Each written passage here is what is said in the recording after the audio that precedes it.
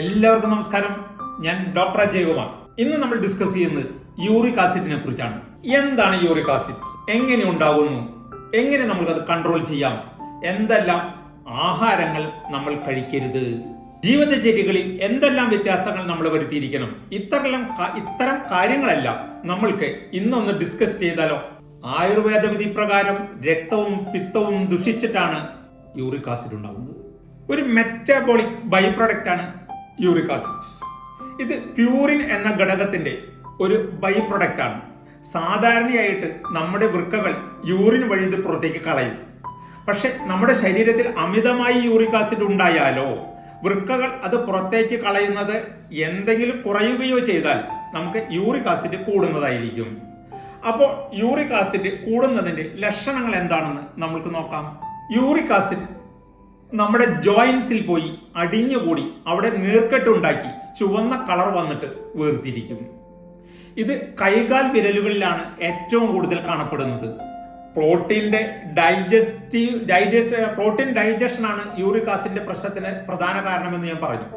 അതിനാൽ പ്യൂരിൻ അടങ്ങിയ ഭക്ഷണങ്ങൾ നമ്മൾ മാക്സിമം ഒഴിവാക്കണം. എങ്കിൽ മാത്രമേ യൂറിക് ആസിഡിനെ കുറച്ചു കൊണ്ടുവരുവാൻ നമുക്ക് പറ്റുകയുള്ളൂ. Mutton, red meat organs, beef എന്നിവ നമ്മൾ വളരെ കുറച്ച് മാത്രമേ കഴിക്കാൻ പാടുള്ളൂ. മാക്സിമം കഴിക്കാനും പാടില്ല. കാരണം ഇതിൽ ഫാറ്റ് കൂടുതൽ അടങ്ങിയിട്ടുണ്ട്. പിന്നെ ഞണ്ട്, കൊഞ്ച് എന്നിവ നമ്മൾ ഒഴിവാക്കുന്നത് ഏറ്റവും ബെറ്റർ ആയിരിക്കും. ഏറ്റവും ഉത്തമമായ മാർഗം നമ്മൾക്ക് യൂറിക് ആസിഡിനെ കുറച്ചു കൊണ്ടുവരുവാൻ നന്നായിട്ട് വെള്ളം കുടിക്കുക എന്നതാണ്. വെള്ളം മിനിമം ഒരു 10-12 ഗ്ലാസ് എങ്കിലും നമ്മൾ ദിവസവും കുടിച്ചിരിക്കണം. ഏറ്റവും ശ്രദ്ധിക്കേണ്ട ഒരു കാര്യമുണ്ട്. വെള്ളം കുടിക്കുമ്പോൾ നമുക്ക് തിളപ്പിച്ചാറിയ വെള്ളം മാത്രം ഈ യൂറിക് ആസിഡ് ഉള്ളവർ കുടിക്കുവാൻ ശ്രമിച്ചാൽ നന്നായിരിക്കും. തിളപ്പിച്ചാറിയ വെള്ളം. കാരണം തിളപ്പിച്ചാറിയ വെള്ളത്തിന്റെ ഗുണങ്ങൾ അങ്ങനെയാണ് പറഞ്ഞിരിക്കുന്നത്. തിളപ്പിച്ചാറിയ വെള്ളം, ശ്രദ്ധിക്കേണ്ട ഒരു കാര്യം, ഈ തിളപ്പിച്ചാറിയ വെള്ളം പിറ്റേ ദിവസം നമ്മൾ കുടിക്കരുത്. കാരണം അത് ത്രിദോഷങ്ങളെ വർദ്ധിപ്പിക്കുന്നതായിരിക്കും. വെള്ളം ധാരാളം കുടിച്ചാലുള്ള ഗുണം എന്താണെന്ന് വെച്ച് കഴിഞ്ഞാൽ നമ്മുടെ ശരീരത്തിന്റെ pH നമുക്ക് കുറച്ചു കൊണ്ടുവരാൻ പറ്റും. നമ്മൾ യൂറിക് ആസിഡ് ഉള്ളവർ വേണമെങ്കിൽ നമ്മൾക്ക് വാട്ടർ ഡയറ്റ് വളരെ ഫലപ്രദമായിട്ട് കാണുന്നുണ്ട്. വാട്ടർ ഡയറ്റ് നമ്മൾ ഒരു ദിവസം എടുത്താൽ എങ്ങനെയാണ് വാട്ടർ ഡയറ്റ് നമുക്ക് നോക്കാം. ഒരു ദിവസം വെള്ളം മാത്രം കുടിക്കുക, വേറെ ഒന്നും നമ്മൾ കഴിക്കരുത്. അങ്ങനെ വാട്ടർ ഡയറ്റ് നമ്മൾ എടുത്താൽ യൂറിക് ആസിഡ് നമുക്ക് ഫ്ലഷ് ചെയ്ത് കളയുവാൻ പറ്റും. പക്ഷെ നമ്മൾ ശ്രദ്ധിക്കേണ്ട ഒരു കാര്യമുണ്ട്. മറ്റുള്ള അസുഖത്തിന് മരുന്ന് കഴിച്ചുകൊണ്ടിരിക്കുന്നവർ വാട്ടർ ഡയറ്റ് യാതൊരു കാരണവശാലും എടുക്കരുത്.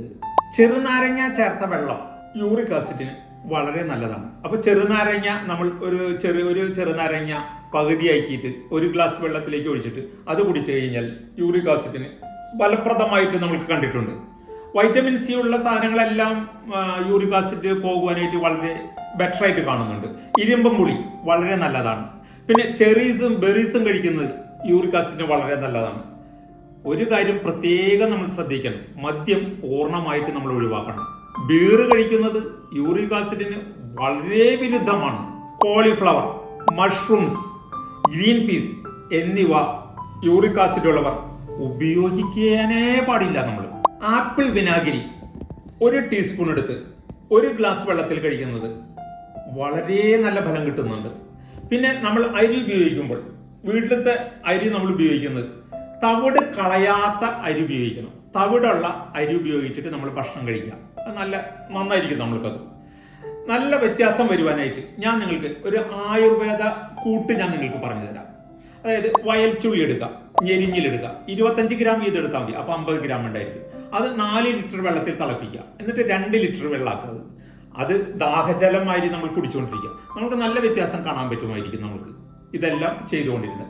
അപ്പോൾ നമ്മളുടെ ആഹാരക്രമത്തിലും ജീവിതചര്യകളിലും വ്യത്യാസപ്പെടുത്തിക്കൊണ്ട് യൂറിക് ആസിഡിനെ നമുക്ക് പുറത്തു നിർത്തുവാൻ നമുക്ക് സാധിക്കും. നമ്മൾ അങ്ങനെ ഭയപ്പെടേണ്ട ആവശ്യമൊന്നുമില്ല യൂറിക് ആസിഡ് വന്നതെന്ന് വെച്ചിട്ട്. ഓക്കെ, അപ്പോൾ നമുക്ക് മറ്റൊരു വീഡിയോയുമായിട്ട് നമുക്ക് അടുത്ത ദിവസം കാണാം.